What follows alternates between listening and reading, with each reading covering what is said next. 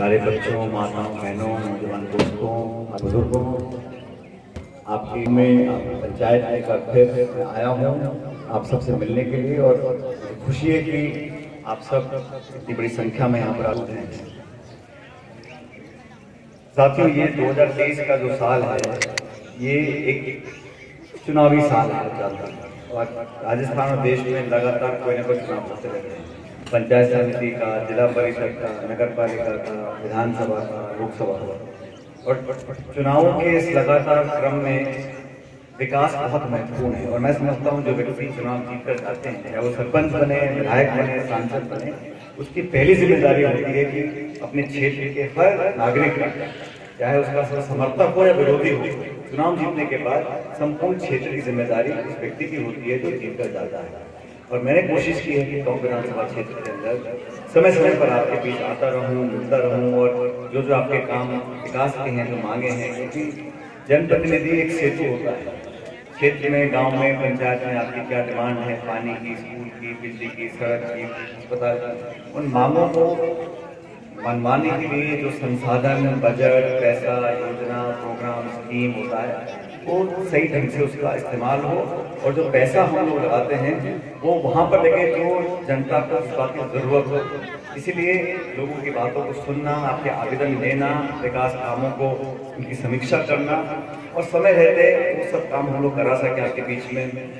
मैं इस पंचायत का ज़्यादा विवरण नहीं करूँगा, मुझे पता है सरपंच साहब बहुत नौजवान हैं और आपके बीच में काम करते रहते हैं। और पंचायत के लगभग सभी गाँवों में हम लोगों ने पैसा देकर काम कराने का एक जो बीड़ा उठाया था, उसमें बहुत हमको कामयाबी मिली है। अब बच्चे 11-12 महीने के अंदर जो आपके बाकी काम हैं, खासकर आपके खजूरिया के अंदर जो आप लोग चाहते हो, उन सब कामों को हम लोग कराएंगे। लेकिन आप सबका जो समर्थन और सहयोग है वो बहुत बड़ी एक ताकत हम सब लोगों के लिए है। और राजनीति में मुद्दे, सिद्धांत, जनता का हित, अधिकार, अन्याय के खिलाफ लड़ाई लड़ना, सच को सच बोलना और जब गलत होता है तो गलत के खिलाफ आवाज उठाना, ये ताकत जो है ये किसी पद या पोस्ट से नहीं आती, ताकत जनता से आती है। और लोकशाही में जनता और आपका मत, आपका वोट, आपका आशीर्वाद, आपका समर्थन इतनी बड़ी पूंजी है जो मैं समझता हूँ बहुत खुश नसीब लोग हैं उनको नसीब होती है। आज देश में केंद्र में जो सरकार है, राजस्थान के अंदर कांग्रेस की है और दिल्ली में भाजपा की सरकार है। लेकिन आपने देखा होगा पिछले 8 साल में जो माहौल आज देश में बना है, जो जनता के मुद्दे हैं, किसानों के, गरीबों के, गांव में रहने वालों के, घानी में रहने वाले लोगों का, उनको रोजगार चाहिए। महंगाई बहुत दुख दे रही है, महंगाई कम करना हम लोग चाहते हैं। जवाबदेही चाहते हैं, समाज में टकराव हो रहा है। आज जो चर्चा होती है वो विपक्ष के किस नेता पर कौन छापा डाल रहा है, कौन ईडी जा रही है, सीबीआई जा रही है, इनकम टैक्स जा रही है। तो विपक्ष के लोगों को दबाना, डराना, धमकाना, उनको एक ऐसे बह में रहना, रखना, ये एक प्राथमिकता बन गई है केंद्र की। और मैं जब आलोचना करता हूँ तो तथ्यों के साथ करता हूँ। मैंने कल भी कहा था कि पिछले कुछ सालों में जितनी भी जांच एजेंसी देश में है, इनकम टैक्स की है, सीबीआई की है, ईडी की है, ये सारी जांच एजेंसियां जितने भी छापे मारे हैं, जितने नोटिस दिए हैं, जितने केस बनाए हैं, 95% विपक्ष के नेताओं को बने। कहीं ना कहीं ये बात समझनी पड़ेगी कि देश में जो दिल्ली में लोग बैठे हैं वो नहीं चाहते कि वैचारिक और राजनीतिक विरोध करने वाले लोग अपनी आवाज को बुलंद कर सकें। हम अपनी आवाज को बुलंद किसलिए करते हैं? जब किसानों के खिलाफ कानून बनते हैं, आपको याद होगा 3 जो कृषि कानून बनाए थे वो किसान के हित में नहीं थे, उसका विरोध हम लोगों ने किया। आज गैस का सिलेंडर हो, पेट्रोल हो, डीजल हो, हर चीज महंगाई हो रही है, महंगाई का विरोध करना चाहते हैं। हम चाहते हैं कि आप संसद के अंदर जवाब दो। हम पूछना चाहते हैं, केंद्र में बैठे बड़े बड़े मंत्री हैं, प्रधानमंत्री हैं, आप जवाब दीजिए कि इतनी बेरोजगारी देश में क्यों हो गई? फौज में जो भर्ती की प्रक्रिया थी उसको समाप्त कर दिया। अग्निवीर के नाम से नई योजना लेकर आएगा, सिर्फ 4 साल की नौकरी मिलेगी, फिर आपको बाहर कर देंगे। जो लड़का नौकरी करने जा रहा है वो 21-22 साल का अपने 4 साल खत्म कर वापस गाँव पहुंच जाएगा, क्या करेगा? और फौज में नौकरी करना एक गौरव की बात है। और लड़के इतनी मेहनत करते हैं, सुबह सुबह उठते हैं, दौड़ते हैं, वर्जिश करते हैं, सेहत बनाते हैं, एग्जाम देते हैं, फिजिकल टेस्ट पास करते हैं, एक जज्बे के साथ मात्र अपनी भारत माता की सेवा करने का जज्बा होता है। 20 के साथ सरहद पर रहते हैं, अपनी सेवा करते हैं, फिर रिटायर होकर यहाँ पर आते हैं। अब 4 साल के लिए आप भर्ती करोगे, छोड़ दो, किसानों के खिलाफ कानून बना दो, भर्ती प्रक्रिया को मूल चूक परिवर्तन कर दो, तो सेना का भी जो मनोबल है, सैनिक परिवारों का मनोबल है, उसमें कहीं ना कमी आ सकती है। इन बातों का विरोध हम करना चाहते हैं। विरोध करने की ताकत विपक्ष में ना रहे, इसलिए आप उनके घर पे छापे डाल दो, केस बना दो, जेल में डाल दो। ये जो सोच है, ये लोकतंत्र के लिए कोई स्वस्थ परंपरा नहीं है। यहाँ बहुत से नौजवान बच्चे बैठे, मैं बताना चाहता हूँ कि राजनीति में असहमति हो सकती है। मैं जो चाहता हूँ, सोचता हूँ, हो सकता है आप उसे सहमत ना हो, तो पंचायत में, परिषद में, विधानसभा में, लोकसभा में चर्चा करो, संवाद हो, मैं अपनी बात रखूँ, आप अपनी बात रखो, और जो सही होगा वो बात निकल कर आएगा। लेकिन संवाद ही ना हो, बात ही ना हो, चर्चा ही ना हो, ये लोकतंत्र में ठीक नहीं। आज भी मैं आपके बीच में आया हूँ, आपकी बात सुनने के लिए आया हूँ। मैंने पूछा, मैंने कभी पहले स्कूल की बात कर रहे थे, कैसा वो स्कूल हो गया, वहाँ चारदीवारी नहीं हुई, यहाँ स्कूल आपको एक अनुमत कराना है, उसकी बात मुझे बताई। मैंने सुना, आपसे पूछूंगा, सुनूंगा, बात करूंगा, जितना हो सकेगा उसे ज्यादा करने की कोशिश करूंगा, तो संवाद स्थापित होता है।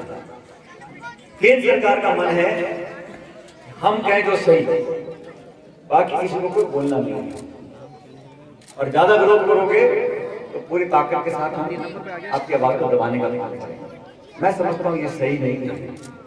इसलिए जब चुनाव आते हैं, मैं आपसे आग्रह करना चाहता हूँ कि जो हमारे आपके मुद्दे हैं, बिजली के, बीज के, खाद के, फसल के, बच्चों के, पढ़ाई के, शिक्षा के, चिकित्सा के, सड़कों के, अस्पताल के, बिजली घरों के, इन मुद्दों पर हम विकास की चर्चा करें और देखें कौन ज्यादा हमारे बीच में काम कर रहा है, कौन हमारे दुख सुख में शामिल है।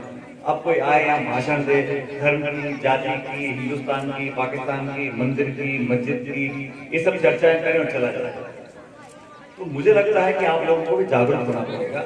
और अपने हित की बात करने वाले लोगों को आप अगर समझोगे, उनको ताकत दोगे, पूरा क्षेत्र, पूरा जिला, पूरा प्रदेश, पूरा देश विकसित होगा। ये बातें मैं इसलिए आप लोगों को बोल रहा हूँ क्योंकि बहुत जल्द चुनाव का समय आएगा।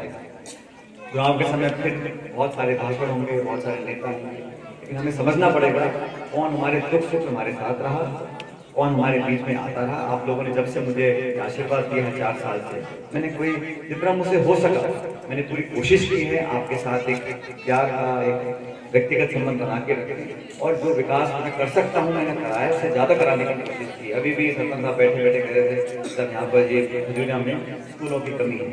मैं इस गाँव के अंदर आपके स्कूल के लिए अपने विधायक पद से 15 लाख रुपए देकर 3 नए कमरे बनवाऊंगा ताकि हमारे बच्चों को पढ़ाई का अच्छा मौका मिले।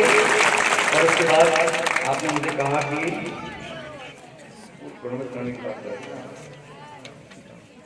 कुटेड़ा में आप स्कूल प्रोमोट करना चाहते हो 8 से 10 फीट, वो प्रोमोट कराने के कार्य हम जयपुर से करवाएंगे। कि जो मेरे विधायक का पैसा है, कोष का पैसा, आप लोगों का पैसा है, तो इस गाँव में 15 लाख रुपए दूंगा। कम पड़ेंगे तो और दूंगा, लेकिन बच्चों की शिक्षा के लिए, पढ़ाई के लिए, चारदीवारी के लिए कोई संसाधन की कमी नहीं आने देंगे। मेरे बच्चे रहे, ताकतवर बने। हम तो चाहते हैं कि गाँव से बच्चे निकले, इन गाँव से बच्चे कलेक्टर बने, एसपी बने, विधायक बने, सांसद बने, मंत्री बने, तो फिर अपने आप इन गाँव का विकास होगा। और शिक्षा से बड़ा कोई वरदान नहीं है जीवन में। पद, पोस्ट, धन, दौलत, शौर्य आता है चला जाता है, इस पद का खेल है हाथ में जो लिखा है, लेकिन जो शिक्षा पर ग्रहण कर लेता है वो वरदान और आशीर्वाद जीवन भर उसके साथ रहता है। इसलिए बच्चों को अच्छी शिक्षा हम लोग दें कि हम सबकी जिम्मेदारी है, इसको प्राथमिकता से लेकर जाएंगे। आपने हमेशा की तरह बताया सरपंच साहब को, पिछली बार मैं गाँव घास में गया था, इतना लंबा साफा बांध रहा था, मेरे हाथ छोटे बांधते थे। आज आपने अच्छा नॉर्मल साफा दिया, 6 मीटर का मैंने बांध लिया। पिछली बार गया था 55 मीटर का, उसको बांधते बांधते मेरे हाथ थक गए। लेकिन जब भी गांव में आता हूँ, क्षेत्र में आता हूँ, आप लोग हमेशा मुझे बहुत संबल देते हो, ताकत देते हो, और मेरी भी कोशिश रहती है मैं जहाँ पर भी रहूँ। लेकिन हमारे क्षेत्र में मैंने आज सुबह मीटिंग करी है अधिकारियों के साथ। मैंने कहा भाई जो निर्माण के काम करने हैं, नदियों के, नालियों के, सड़कों के, बिजली घरों के, वो सब काम जल्दी करो। गर्मी के महीने आने वाले हैं, फिर बारिश आ जाएगी, फिर निर्माण के काम में दिन पकड़ पाएंगे। इसलिए जितना जल्दी हो सके जल जीवन मिशन का काम हो, टूटी लगानी हो, नालियां बनानी हो, सड़कें बनानी हो, वो सारे काम करेंगे।